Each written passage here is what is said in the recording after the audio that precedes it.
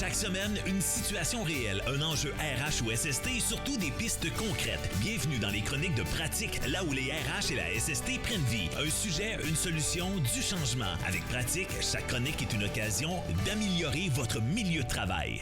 Ouais, certainement. Caroline Ouellette de chez Pratique en studio. Bon matin, Caroline. Bon matin, Sylvain. Comment tu vas? Je vais bien, petite voix rauque, mais ça va. Tu m'accompagnes bien. Fais pas assez frette au Québec. Ben non, écoute, c'est ça. tu vas me parler ce matin de la fatigue et des signes de fatigue, autant chez les employés que chez les gestionnaires. Exact. Fait qu'on pourrait penser que la voix rauque fait partie de ça. Dans le fond, ce que je veux dire, c'est que souvent, on a des signes de fatigue autour de nous, que ce soit nos gestionnaires, nos collègues et autres.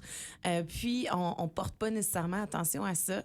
Et plus on fait fi de ces signes-là, plus d'un coup, la personne peut soit tomber en arrêt maladie, avoir un accident, se blesser parce qu'à part sa vigilance ou encore être irritable, faire des erreurs, baisser sa performance. Fait que, assurément, ben oui, t'es fatigué. C'est ça arrive pas d'un coup. Il y a plein de signes avant ça, mais souvent, on n'est pas alerte à ces signes-là, puis c'est ça que je veux mettre en évidence aujourd'hui pour qu'on si tu soit fais prudent. rien, j'imagine que ça peut pas s'améliorer seul. Là, non, c'est pas les autres qui vont le faire pour nous non plus. Fait qu'il y a quand même nous-mêmes nos propres signes à identifier. Mais après ça, il y a nos collègues qui peuvent quand même nous lever des flags, même si c'est pour un gestionnaire. Allons-y. Donc, signes physiques, diminution de l'énergie, des yeux rouges, cernes. On va avoir le teint pâle, de la somnolence au courant de la journée. On peut avoir aussi des tensions musculaires, des maux de tête ou encore une sensibilité aux virus, aux rhumes et autres. Fait que quelqu'un qui attrape toujours des grippes, des rhumes, on peut dire qu'il est malchanceux, mais souvent, c'est parce qu'il y a peut-être un état de fatigue à la base qui est déjà installé. Je comprends, Après ça, signes cognitifs. Là, on va être plus au niveau mental, difficulté de concentration, des oublis. On peut être à un endroit puis se demander qu'est-ce qu'on est en train de faire. On le sait plus. On a perdu un peu l'espace-temps entre ce qu'on voulait faire puis où est-ce qu'on est. On va avoir des réactions qui sont plus lentes, des erreurs répétitives, donc des difficultés aussi à faire des tâches au quotidien. Ça, c'est des exemples un petit peu plus cognitifs. Si on y va émotionnel, on va avoir des gens qui vont avoir de l'impatience, de l'impulsivité. Fait que à ce moment-là, on se dit, voyons, coudonc, comment ça se fait qu'il est réactif de même? Mais on pense pas nécessairement à l'état de fatigue. On fait juste comme, bon, c'est une mauvaise journée. Mais quand on en cumule plusieurs comme ça, ben, il faudrait faire quelque chose. Perte de motivation. On voit les gens qui perdent un peu la passion du métier ou qui vont moins offrir des idées comme ils le faisaient ou en réunion vont moins parler. Donc ça aussi, c'est des signes qu'on va voir. Ou encore des retards. On va voir des pauses qui s'allongent. On va voir de l'isolement de plus en plus. Fait que ça, c'est des exemples pour les employés qu'on peut avoir dans nos milieux de travail. Mais qu'est-ce qu'on peut faire? Est-ce qu'on peut aller voir tu peux aller voir ton supérieur et dire « je suis fatigué ». En fait, ça fait partie d'une culture qu'on peut ou pas instaurer dans notre entreprise, d'avoir le droit de dire « je suis fatigué ». Est-ce qu'on peut adapter quelque chose temporairement ou est-ce que je peux avoir une vacance supplémentaire ou est-ce que j'ai le droit à la déconnexion? Je ne serai pas comme d'habitude. Je ne répondrai pas le soir. Je vais arrêter à 4 au lieu de 5.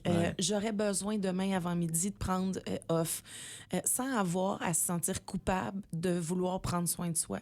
Parce qu'on ne sait jamais entre le milieu de travail puis la maison aussi qu'est-ce qui se passe. Il y a des gens qui vont avoir des mauvaises nouvelles, il y a des gens qui vont avoir des choses personnelles à gérer, puis tout ça s'accumule. On peut pas séparer l'humain entre le travail puis la vie personnelle. Ça peut être dangereux. À part ça, je pense aux conducteurs de camions, de véhicules lourds, dans le milieu infirmier, tout ça, même en usine, puis tout ça. Mais même pour ceux où tu dis, il n'y a rien de grave qui peut arriver, mais quand même une erreur, une défaillance.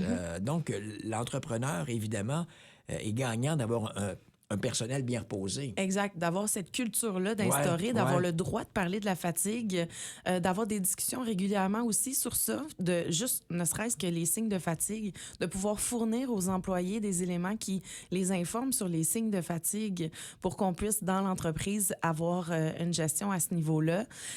Puis, être capable aussi de redistribuer des tâches à l'occasion ou d'avoir toujours un plan B, un backup avec nos employés pour pas que ça soit toujours la pression d'une même seule personne, certains morceaux importants qu'on a à gérer, par exemple, dans l'entreprise. Même pour l'employé ou le gestionnaire, pour celui qui souffre de fatigue, disons qu'on y va avec une pause de quelques jours pour retrouver la forme. Quand on va revenir, il ne faut pas retomber dans le même module, dans le même pattern. Exact. Il faut que cette pause-là serve aussi de réflexion.